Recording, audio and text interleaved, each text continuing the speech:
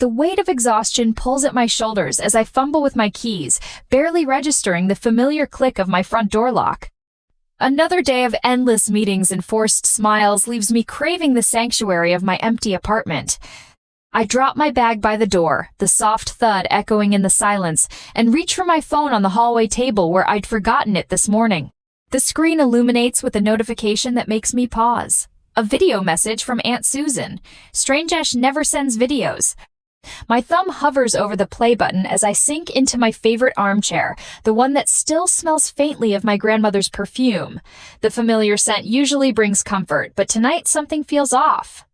A whisper of unease crawls up my spine as I press play. The video opens to my parents' living room, the one where I spent countless holidays trying to earn their approval. Mom's voice carries through the speaker first, sharp with laughter that sounds nothing like the careful tone she uses with me. "It's almost too easy," she says, and my breath catches at the cruel edge in her words. Dad leans into frame, his face flushed from what must be his third glass of wine. "Our little ATM?" He chuckles, and my stomach lurches. "Just mention family obligation and she'll empty her savings. Did you see how fast she transferred the money for Ethan's emergency last week?"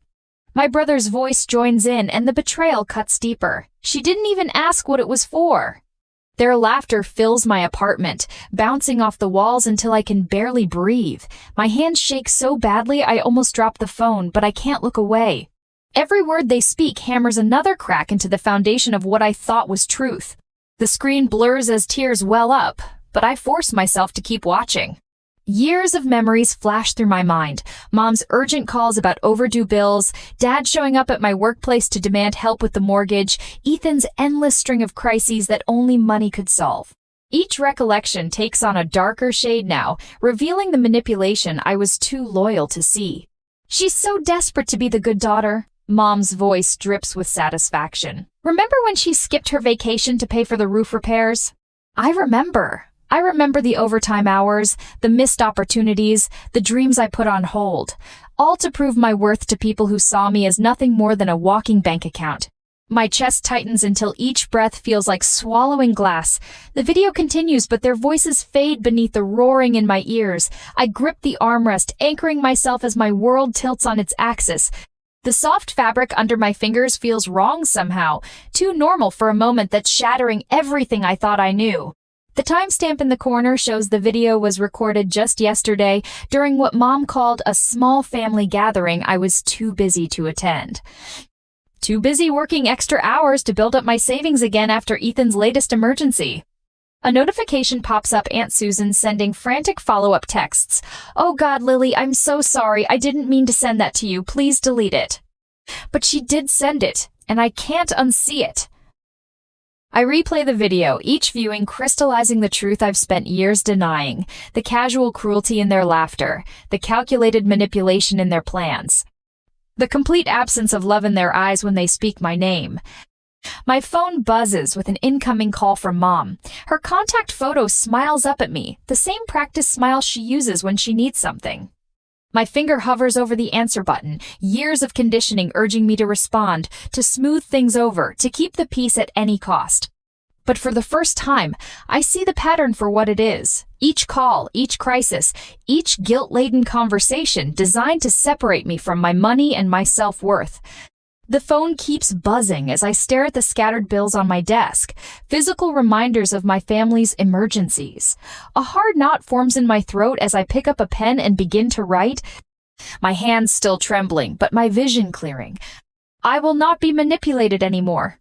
The words look strange on paper, foreign yet freeing. I've spent so long being the good daughter, the reliable sister, the endless source of support. But as I sit in my darkening apartment watching my mother's call fade to a missed notification, I realize something that shakes me to my core. I don't know who I am without their demands. Each family member has played their part perfectly in this manipulation. Mom, the maestro of guilt trips, her voice always trembling with manufactured crisis. Dad, the enforcer, showing up at my workplace to shame me into compliance when I dare to hesitate. And Ethan, my baby brother, the one I've protected since childhood, wielding my love for him like a weapon. The video plays one final time, and I watch them with new eyes. Mom's perfectly timed sighs when she needs money. Dad's practiced scowl that appears the moment I question any request. Ethan's wounded looks that make me feel like I'm abandoning him if I say no. They've crafted their roles in this performance with devastating precision. My phone lights up again, Ethan this time. The text preview shows just enough. Sis, I really need your help with. I set the phone face down on my desk. In the sudden silence, a question rises that I can't push away. How can I break free when every piece of who I am has been shaped by their manipulation? The answer waits somewhere in the darkness beyond their influence, and for the first time in my life, I'm ready to find it. Have you ever discovered that the people closest to you aren't who you thought they were? Share your story in the comments below. The video plays again in front of me, but this time I notice something I missed before. A series of notifications flash across the top of the screen, frantic messages from Aunt Susan appearing in real time as she recorded. Karen, are you sure about this? What if she finds out? We should delete this. My hands steady on the phone as the reality crystallizes. This wasn't just a casual moment of cruelty caught on camera. They planned this. Every laugh, every cruel comment, it was all orchestrated. Mom's voice cuts through the speaker again, and the memories flood in like a toxic tide. Last month's barrage of texts about the mortgage payment. Your father and I could lose everything. Is that what you want? The month before that, Ethan's in trouble. He needs help now. And 2 weeks ago, why aren't you answering? Family should come first. Each message arrives with perfect timing, always when I'm at my most vulnerable, late at night after a long day at work, or early morning when my defenses are down. The constant ping of notifications trained me like Pavlov's dog, each sound a reminder of my failure to meet their endless needs. Dad's tactics are more direct. I close my eyes and I'm back at my office 3 months ago, his broad frame casting a shadow over my desk as coworkers pretend not to stare. Your mother's crying because of you, he announced loud enough for everyone to hear. Is this job more important than your family? The memory makes my chest tight. I'd transferred the money right there, fingers trembling on the keyboard just to make him leave, just like I always do. Ethan's voice drifts from the phone now, his familiar laugh twisting into something ugly. Watch this, sis. I really need your help. It's an emergency. Works every time. My brother. My baby brother, who I've protected since he was small enough to hide behind me during thunderstorms. The last time he called with an emergency, I canceled my vacation plans to help him. The time before that, I dipped into my retirement savings. Each crisis manufactured, each desperate plea a performance designed to separate me from my money and my self-worth. A text from Jessica lights up my screen, breaking through the spiral of memories. Hey, you've seemed off lately. Want to grab coffee? Jessica, who noticed something was wrong weeks ago, who gently suggested I talk to her mentor Michael about setting boundaries. I dismissed her concerns then, defending my family's honor like a good daughter should. My fingers hover over the keyboard before I type, "Are you free now?" Her response comes quickly. "Always for you? Usual spot?" I need this someone outside the toxic bubble of my family's influence, someone who won't demand anything except honesty. The phone rings, Mom's name flashing on the screen. Her voice comes through sharp and cold. "What do you think you're doing? Without your money, this family falls apart. Is that what you want? Your father's health isn't getting any better, and Ethan's about to lose his apartment." She pauses, letting the weight of her words sink in. "If you abandon us now, don't expect to ever be welcomed back." The familiar guilt rises, but something else rises with it. Anger. Hot and clarifying, burning away the fog of manipulation. My fingers move across the keyboard, typing out words I never thought I'd dare to send. "I'm not sending money this month."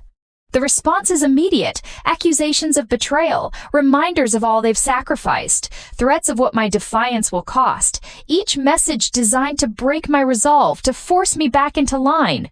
My phone buzzes with another message, this time from Michael, Jessica's mentor. "Jessica told me what's happening. Remember, setting boundaries isn't betrayal. Call me if you need backup." But as the texts pour in, I notice my laptop screen blinking with a new email notification. The subject line stops my breath. R.E. Lily's account, next steps. I open it with trembling fingers, and my world shifts again. There, in crisp black and white, is an email chain between my family members, detailing their plans for the coming months. Each crisis scheduled and scripted, each guilt trip carefully crafted to maximize impact. They've been coordinating their attacks, timing their demands to ensure I never have a chance to build my savings or question their motives. The evidence of their calculations sears itself into my mind. This isn't just about money anymore. This is about power, control, the systematic destruction of my independence disguised as family obligation.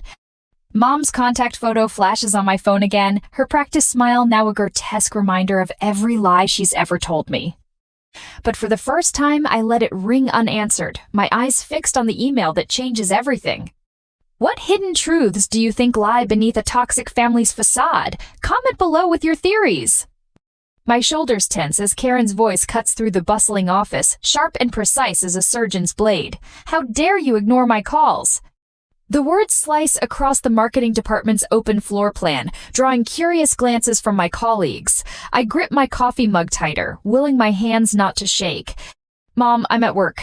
The words come out steadier than I feel. Behind me, I hear Sarah from accounting pause her typing. Oh, so now you're too important to help your family? Karen's laugh crackles through the speakerphone, the same calculated laugh I heard in that video. What happened to being grateful for everything we've done for you? Heat creeps up my neck as I notice Tom, my supervisor, emerging from his office. His eyebrows rise at the commotion. I fumble to switch off the speaker, but Karen's voice has already achieved its intended effect. The damage is done. Later that evening, at Bellini's restaurant where the families gathered for Uncle Mike's birthday, I slide into a corner booth hoping to stay invisible. But Richard's voice carries across the white tablecloths and wine glasses, loud enough to ensure everyone hears. Some people, he announces to the table of relatives, swirling his third glass of Cabernet, think they're too good for family once they get a fancy office job. His eyes fix on me, lips curling into a smirk.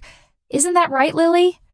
The fresh bruise to my reputation stings, but something else rises in my chest, a familiar pressure building like steam in a kettle. I watch him take another self-satisfied sip, and suddenly I'm tired. Tired of being the punching bag. Tired of measuring my worth in dollars withdrawn. I set down my fork, the clatter against fine china drawing attention. Actually, Dad, I think it's more that some people view family as an ATM rather than actual relatives. The words surprise even me with their clarity. Richard chokes mid-sip.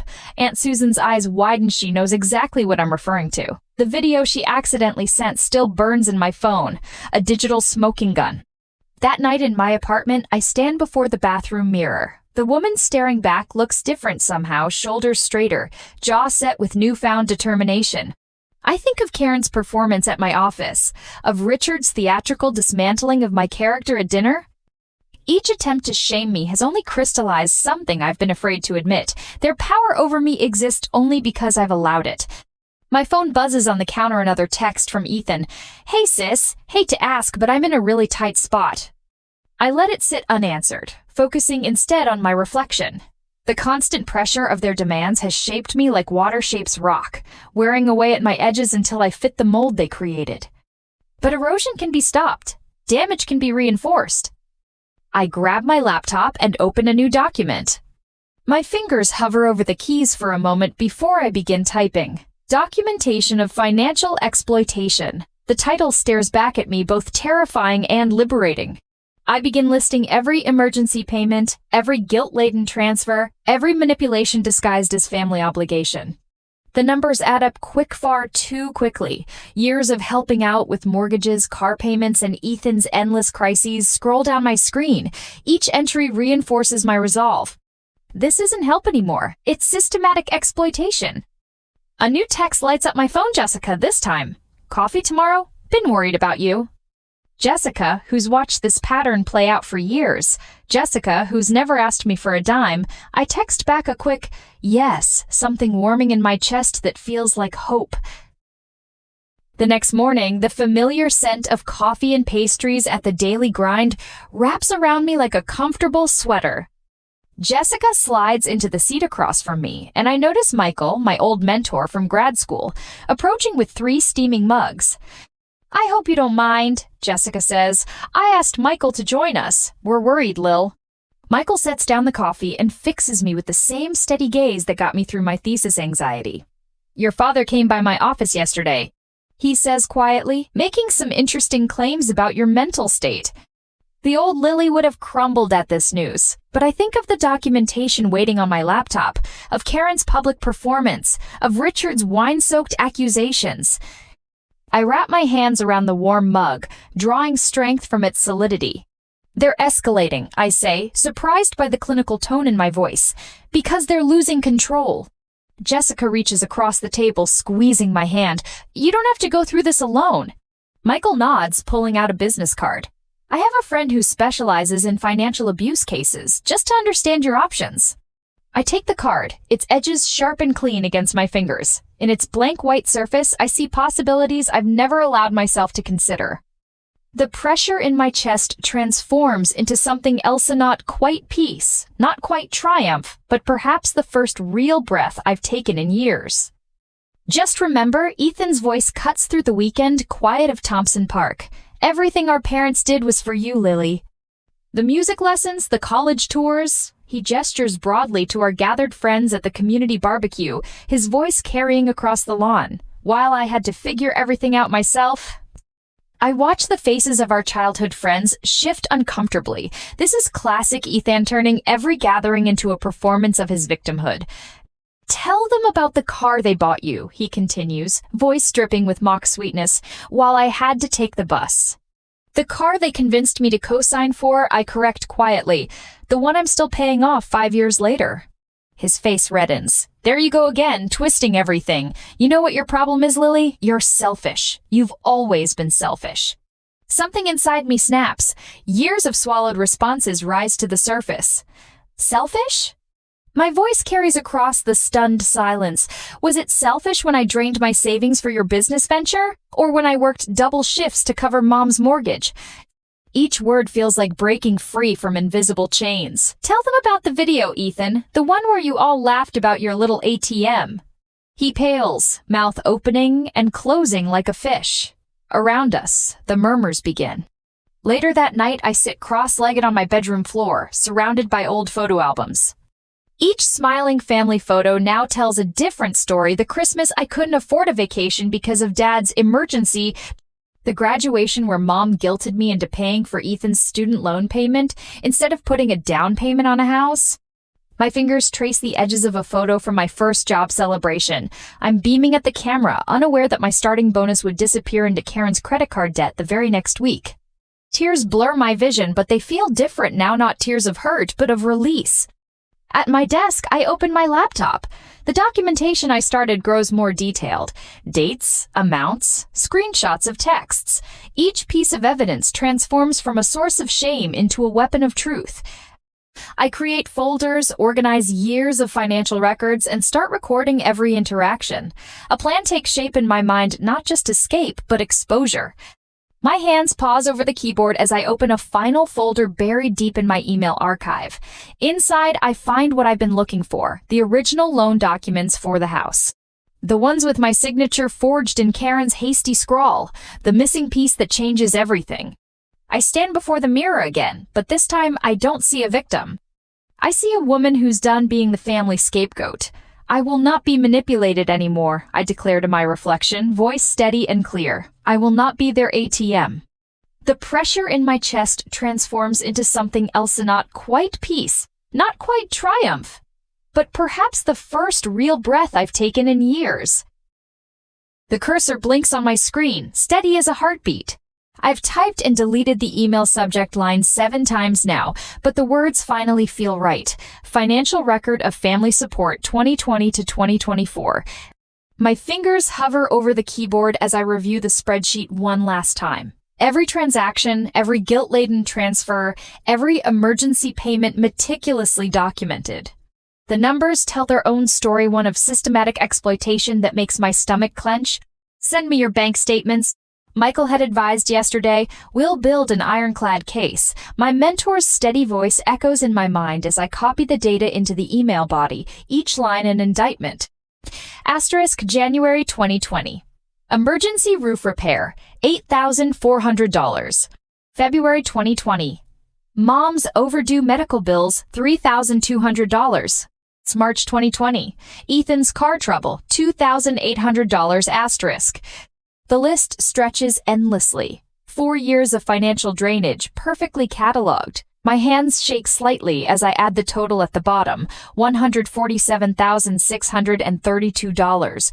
Nearly my entire life savings gone to feed their endless needs. The phone rings, Mom's ringtone. I silence it without looking, focusing instead on the final paragraph of my email. This will be my last communication regarding financial support. Any further attempts to extract money will be met with legal action. All documentation has been shared with my attorney. I hit send before I can second-guess myself. The whoosh of the sent email feels like a door slamming shut. The response is immediate and explosive. My phone erupts with notifications. Mom's voice trembles in her voicemail. How dare you air our private business like this, after everything we've done for you? I delete it mid-sentence. Dad's message is next, his tone sharp enough to cut. You ungrateful little, delete. A text from Ethan pops up. Way to stab your family in the back. Real classy, sis. I screenshot it for evidence and block his number. The cafe where I meet Jessica for lunch becomes my sanctuary from the digital onslaught. The familiar scent of coffee and pastries grounds me as I slide into our usual corner booth. But peace is short, lived Ethan's voice cuts through the ambient chatter. There's my sister, the family traitor. He's already halfway to our table, cheeks flushed with what I recognize as his performative rage. Everyone, want to hear how she's abandoning her own blood? The cafe falls quiet. My chest tightens as heads turn our way. This is exactly the kind of public scene I've always dreaded, the reason I've given in so many times before. But something has shifted inside me. I meet his gaze steadily. You mean how I'm refusing to be your personal ATM anymore? A couple at the next table snickers. Ethan's face darkens. You've taken everything from us, he spits. Actually, I pull out my phone, opening the spreadsheet. I can show you exactly who took what from whom. Would you like me to share it with everyone here? The color drains from his face. He backs away, nearly stumbling into a waiter's tray. You've changed, he mutters, but the venom in his voice has been replaced by something that sounds almost like fear. Yes, I say simply, I have. Later that evening, in the community hall I've rented for this purpose, I stand before my extended family with a projector remote in my hand. The screen behind me displays the first of many damning pieces of evidence. See screenshots, bank statements, recorded conversations, all meticulously organized. I've called this meeting, my voice carries clearly through the stunned silence, to ensure complete transparency about our family's financial situation. Click. Mom's frantic text messages about fictional emergencies fill the screen. Click. Dad's threatening emails demanding more money. Click. Ethan's manipulative pleas for just one more loan. Aunt Susan's hand flies to her mouth. Uncle Jim stares at his shoes. Cousin Rachel whispers something to her husband that makes him shake his head in disgust. As I continue my presentation, I watch the family's carefully constructed facade crumble. With each new revelation, their web of lies unravels further. The power they've held over me for so long dissolves in the harsh light of truth. My phone buzzes with a notification. Jessica has posted our cafe confrontation online, accompanied by a fierce defense of my actions. Michael's response appears moments later, sharing my documented evidence with his considerable professional network. Other supporters join in, their voices creating a shield wall of solidarity around me. The mighty Karen and Richard, my manipulative parents, sit frozen in their chairs, their usual arsenal of guilt and threats rendered useless by the public exposure. Ethan, my once cocky brother, seems to shrink with each new piece of evidence. I end the presentation with a final screenshot, the video that started it all, where they laughed about exploiting my generosity. The sound of their cruel laughter fills the room, but this time it doesn't wound me. Instead, it feels like the final nail in the coffin of their control.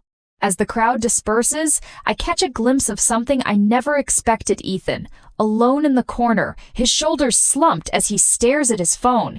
For a moment, the arrogant mask slips, revealing something that looks almost like regret. He quickly looks away when he notices me watching. Through the thin walls of the hall, I overhear Aunt Susan's voice, thick with emotion as she speaks into her phone. I can't believe what we've done to her. All these years. She trails off, and I recognize the sound of someone grappling with their own complicity. Back in my apartment, I spread the evidence across my desk, bank statements, screenshots, recorded calls. My laptop screen glows with social media reactions, each supportive comment another brick in the wall between me and my family's manipulation. I open a fresh document and begin typing. Legal action preparation, phase 1. The familiar tension in my shoulders eases as I outline my next steps. Each piece of evidence carefully cataloged, each potential legal argument mapped out. This isn't just reaction anymore, it's strategy.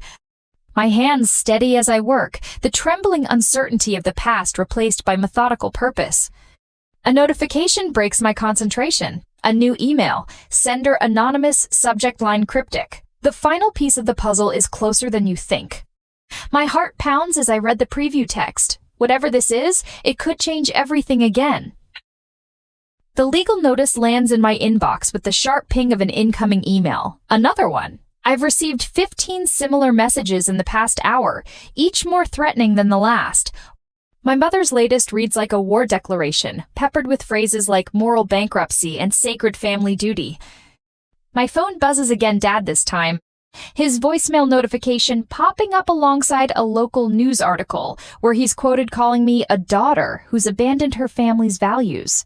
The irony would be funny if it didn't make my stomach twist. I minimize his message and open my laptop instead. The document I've been preparing glows on the screen. Bank statements, text messages, recorded conversations, a digital paper trail of years of exploitation. Each piece of evidence has been meticulously organized, ready for the press conference I've scheduled for tomorrow. My brother's face appears on the television as I'm reviewing the files. He's standing at a podium, Mom hovering by his side like a puppet master. Family isn't just about blood, Ethan declares, his voice cracking with manufactured emotion. It's about sacrifice, about responsibility. My sister has forgotten that. The words hit their intended mark. Me chest tightens with familiar guilt, but this time, the feeling doesn't take root. Instead, I think of the video that started all this, of their laughter as they called me their walking ATM. The memory straightens my spine.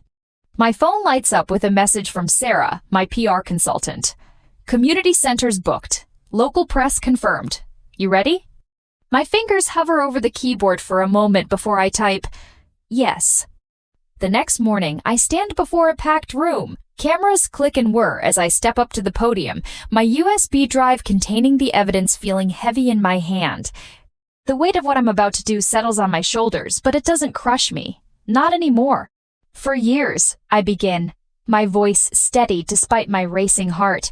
I believed that family meant sacrificing everything, your savings, your dreams, your self-worth. Today, I'm going to show you what that sacrifice really looked like. The first bank statement appears on the screen behind me. Mom's urgent text about the mortgage payment she couldn't make, the one I later discovered she'd spent on a luxury cruise. Dad's threatening email about showing up at my workplace if I didn't help with Ethan's emergency car repairs, the same car he sold a week later for profit.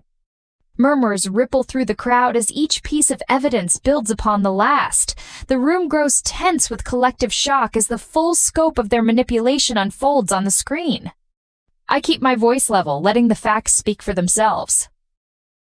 The video clip of my family's laughter plays last. The sound echoes through the silent room, their cruel words about their little ATM landing with devastating clarity. When the screen goes dark, the silence holds for one breath. 2, before erupting into a storm of camera flashes and shouted questions.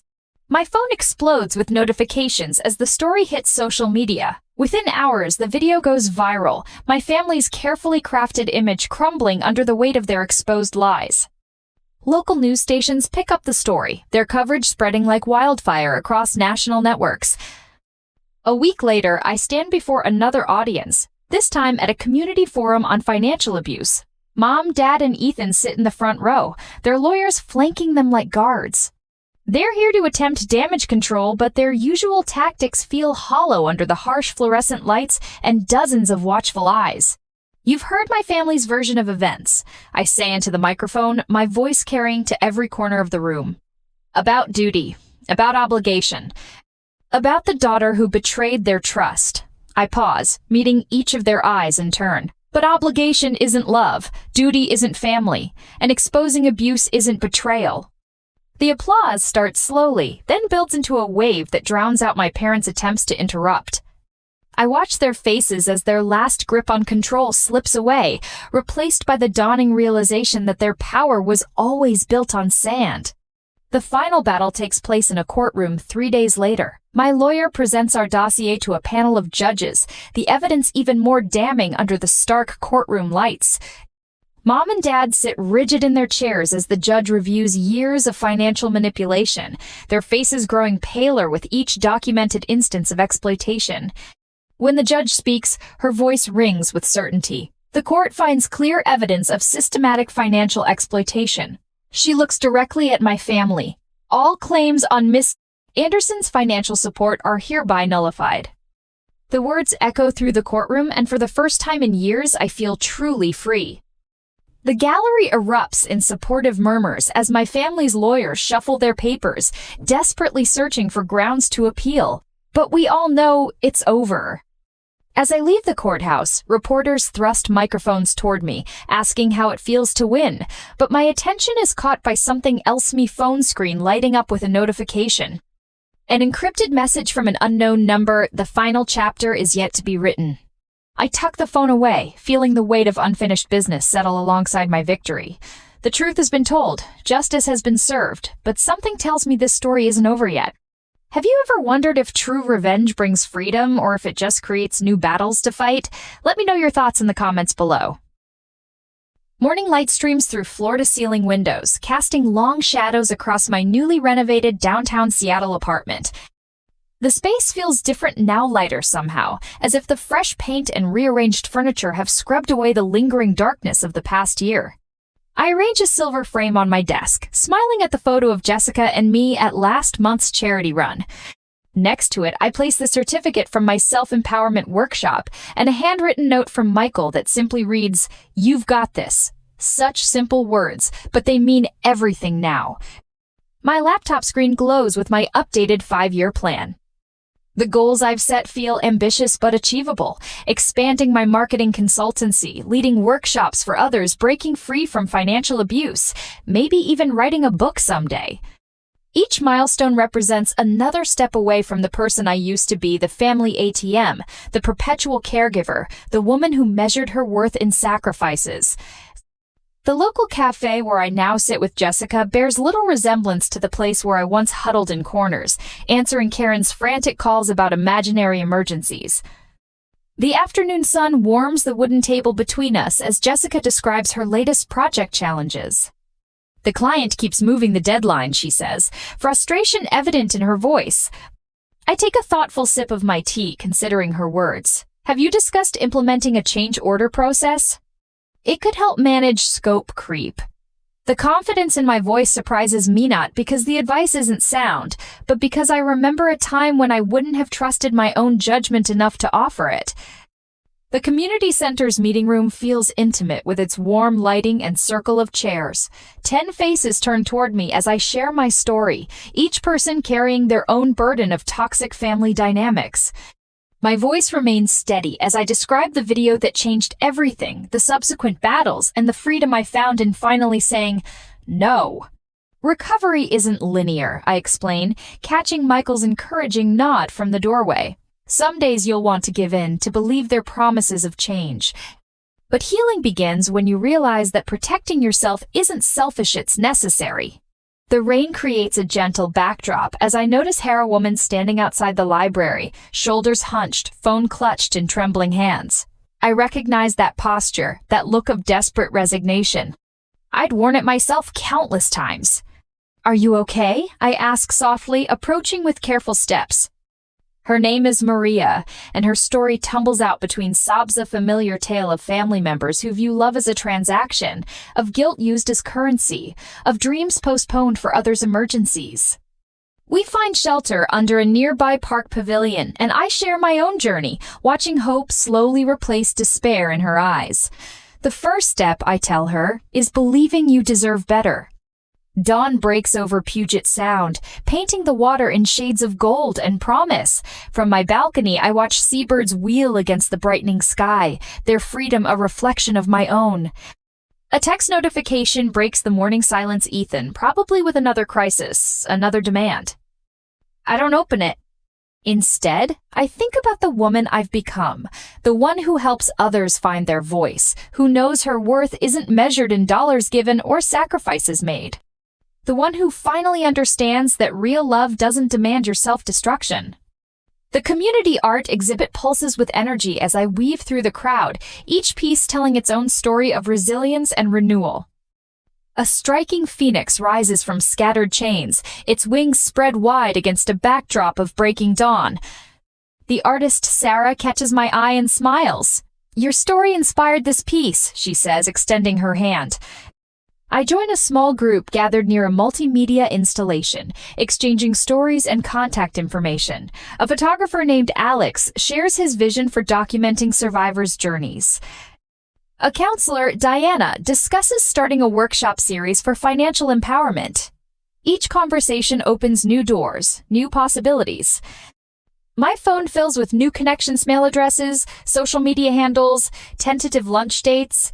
These aren't just networking contacts. They're the foundation of something deeper.